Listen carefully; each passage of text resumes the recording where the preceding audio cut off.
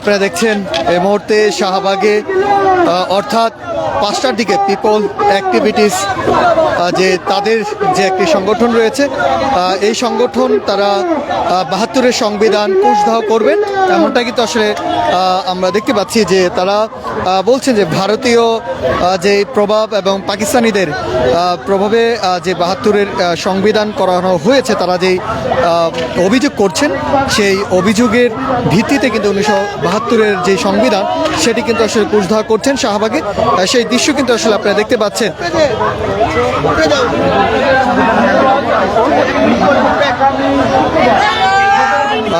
যে সংগঠনটির মাধ্যমে আসলে তারা এই কোষদাহ করছেন, পিপলস অ্যাক্টিভিটিস যেই সংগঠনটি রয়েছে প্যাক, তাদের এই সংগঠনটি কিন্তু আসলে তারা 72-এর যে সংবিধান অর্থাৎ তারা যেই প্রতিবাদ নিয়ে এসেছেন সেই প্রতিবাদে তারা বলছেন যে এই যে 72-এর সংবিধান ভারতীয় প্রভাব এবং পাকিস্তানিদের বিভিন্ন মাধ্যমে তাদের প্রভাবে যে 72-এর সংবিধান সংগঠন করা হয়েছিল, এই সংগঠনকে তারা কোষদাহ করার জন্য কিন্তু আসলে এই শাহবাগে একটি সভা ডাকেন এবং সেই সভাতে তারা সভা শেষ করার পরে কিন্তু 72-এর সংবিধান কিন্তু কোষদাহ করছেন। সেটি কিন্তু আসলে আপনারা দেখছেন। দর্শক, যেই একটি সংগঠন যে পিপলস অ্যাক্টিভিটিস কোয়ালিশন প্যাক, তাদের এই সংবিধানটি আসলে তারা যে সংগঠনটি তাদের উদ্যোগে এই কোষদাহ করছেন সেটি কিন্তু আসলে আপনারা দেখতে পাচ্ছেন। তারা বলছেন যে জুলাই সনদ থেকে শুরু করে যে গণভোটের যে রায় সেটিকেও কিন্তু বাস্তবায়নের জন্য কিন্তু তারা বলছেন, দাবি জানাচ্ছেন এবং 72-এর সংবিধান সেটিকে কোষদাহ করে এবং পুনরায় নতুন সংবিধান তৈরির জন্য তারা কিন্তু আসলে এই কর্মসূচি করছেন। সেটি কিন্তু আসলে আমরা দেখতে পাচ্ছি যে শাহবাগে তারা বিকাল 5টায় অর্থাৎ এখানে সভা আয়োজন করেন এবং সেই সভা আয়োজনে 1972-এর যে সংবিধান সেটি কিন্তু আসলে কোষদাহ করছেন এবং তারা বিভিন্ন অভিযোগ করছেন। সেই অভিযোগে কিন্তু আসলে ভিত্তিতে কিন্তু তারা 72-এর সংবিধান তারা কোষদাহ করছে। সেটি কিন্তু আসলে আপনারা দেখতে পাচ্ছেন যে শাহবাগের যে জাদুঘর রয়েছে এখানে কিন্তু আসলে সামনে কিন্তু আসলে কোষদাহ করছেন। এবং দর্শক, আপনারা দেখছেন এখানে যেই পিপলস অ্যাক্টিভিটিস কোয়ালিশন প্যাক, তাদের এই সংগঠনের মাধ্যমে তারা কিন্তু এখানে এই কোষদাহ করছেন, সেটি কিন্তু আসলে আপনারা দেখতে পাচ্ছেন।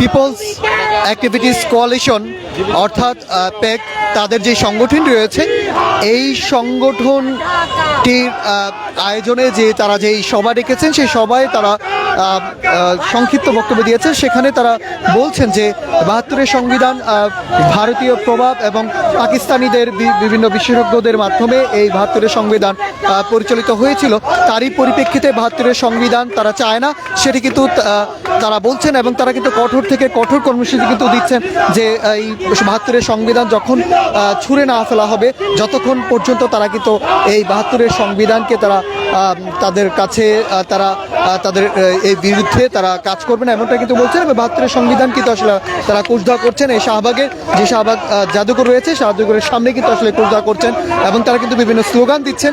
সেই স্লোগানের তারা কিন্তু আসলে স্লোগান দিচ্ছেন বিভিন্ন 72-এর সংবিধান জ্বালিয়ে দাও, পুড়িয়ে দাও, এমন স্লোগানে কিন্তু আসলে শাহবাগে কিন্তু আপনারা দেখতে পাচ্ছেন। ভারতীয়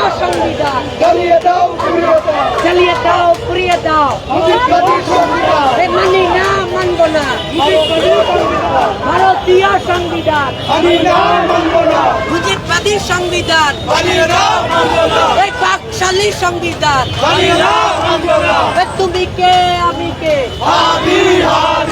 ইনকিলাব ইনকিলাব, নারে তাকবীর।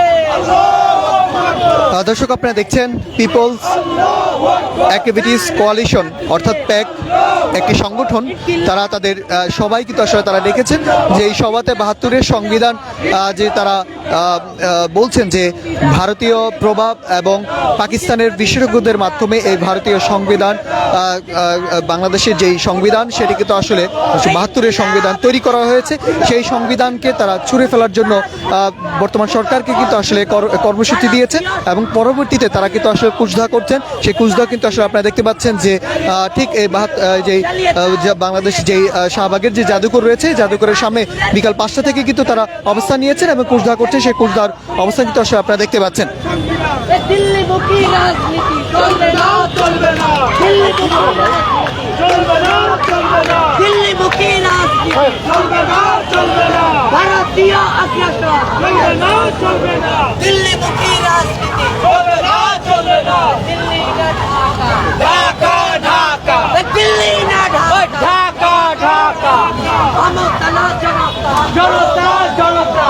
ক্ষমতা না জনতা, জনতা, জনতা। ইনকিলাব, ইনকিলাব, জিন্দাবাদ, জিন্দাবাদ। নারে তাকবীর, তারা স্লোগান দিচ্ছেন এবং স্লোগানে কিন্তু আসলে 72-এর যে সংবিধান সেটি কিন্তু আসলে কুচদা করেছেন এবং সেই কুচদা কিন্তু আসলে দৃশ্য আপনারা দেখতে পাচ্ছেন। এবং তারা যেই বলছেন যে 72-এর সংবিধান ভারতীয় প্রভাব এবং আমরা তাদের সাথে একটু কথা বলবো এবং তারা কি কর্মসূচি নিয়ে এসেছেন এবং যে 72-এর সংবিধানটা কেন তারা ছুঁড়ে ফেলতে চান সেটি কিন্তু আসলে আমরা তাদের কাছে জানবো।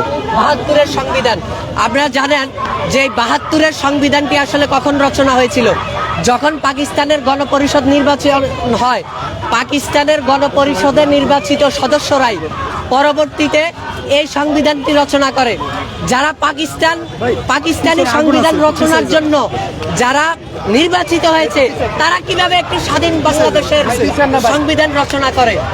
ফলে আমরা মনে করি যে এই সংবিধানটি বাংলাদেশের জনগণের যেই ম্যান্ডেট আছে সেই ম্যান্ডেটের সংবিধান নয়। এটি বাংলাদেশের গণমানুষের গণতন্ত্রকে প্রতিনিধিত্ব করে না।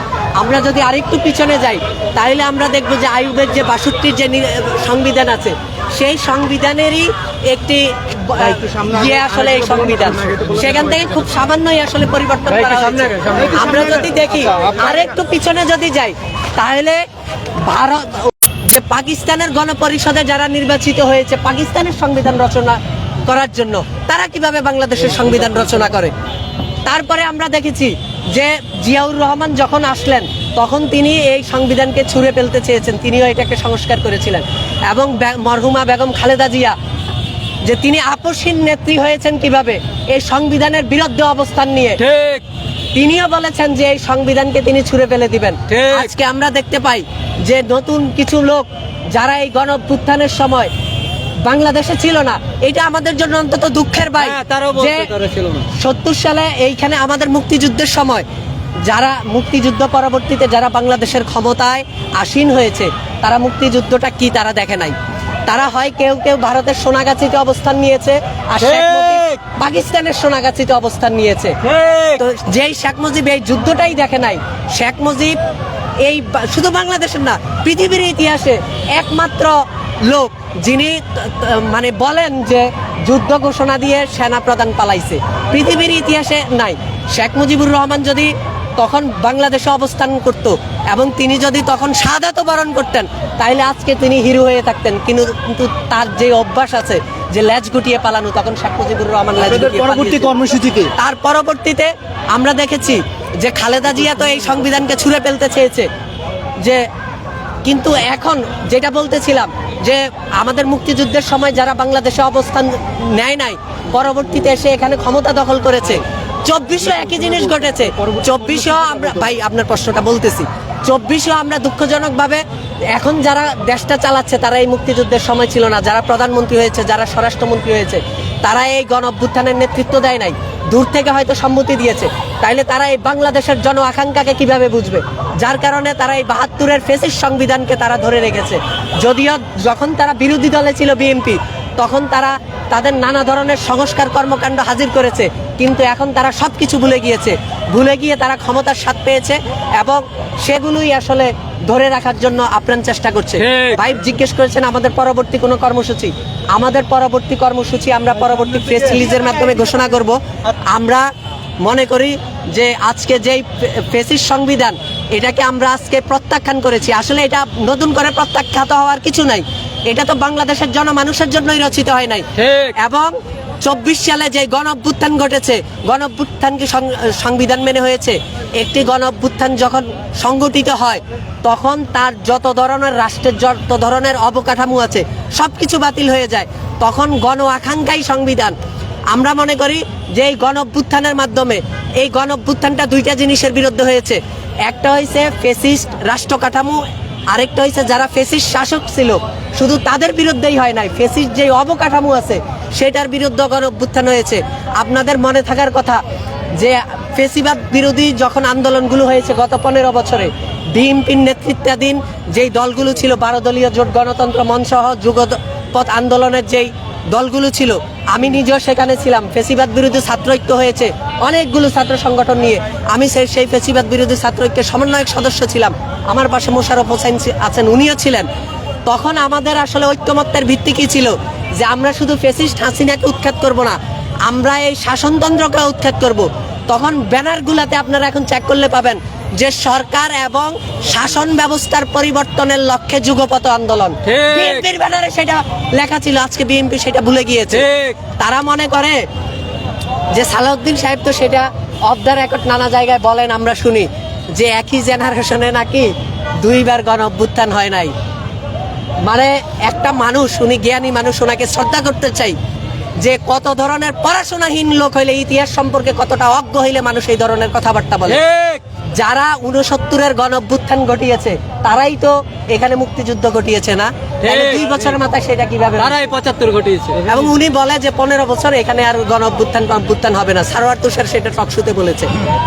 সারোয়ার তুষার তো তাইলে মিথ্যা কথা বলে না। আচ্ছা ভাই, একটা জিনিস জানতে চাই যে অনেকে আসলে দাবি করতে যে সংবিধান সংস্কার করেছেন, আপনারা বাতিল কেন চাচ্ছেন? আচ্ছা দেখেন যে এইখানে দুইটা বিষয় আছে, একটা হচ্ছে সংবিধান সংস্কার, আরেকটা হচ্ছে সংবিধান বাতিল। আমরা মনে করি যে দুইটার মধ্যবর্তী জায়গায় ঐক্যমত্য যেটা হয় আমরা সেখানে রাজি আছি। আমরা সংবিধান যে একবারেই সবকিছু বাতিল করে ফেলবেন এইটা না। সংবিধানে তো 10%, 20% হইলেও ভালো জিনিস আছে, সেগুলাকে রেখে যদি আপনারা বাকিগুলা সংশোধন করতে চান, সংস্কার করতে চান, তাও আমরা রাজি। আর যদি মনে করেন যে ভাই সব আবার নতুন করে লিখিত হবে, তাইলেও তো আমাদের আপত্তি নাই। ফলে এই জায়গায় তর্কটা আইসা আসলে এইটা থেমে থাকা উচিত না। আমরা চাই যে ফেসিস্ট কাঠামোটা আছে সেটাকে আমরা ভেঙে দিতে।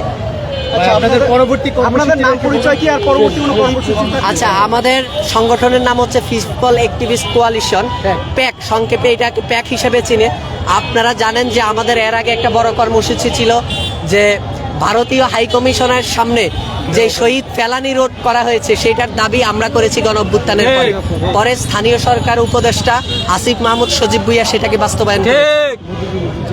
এবং এই যে আজকে পরবর্তী যেটা বললেন পুজবা করলেন, এর পরবর্তীতে আপনারা কি করতে চান? যদি এরপরে আমরা আলোচনার মাধ্যমে আমরা আমরা কেন্দ্রীয় কমিটি বসবো, বসার পরে আমরা দেখি কি হয়। বাংলাদেশের পরবর্তী পরিস্থিতি নিয়ে আমরা কোনো একটা মাঠের কর্মসূচি ঘোষণা করবেন। ধন্যবাদ আপনাদের। আমরা যেটি দেখতেছিলাম যে এখানে পিপলস অ্যাক্টিভিটিস কোয়ালিশন প্যাক, আসলে তারা সংগঠনের এই সংগঠনটি আসলে তারা একটি দাবি নিয়ে আসে, একটি সভা শাহবাগে একটি সভা করেন।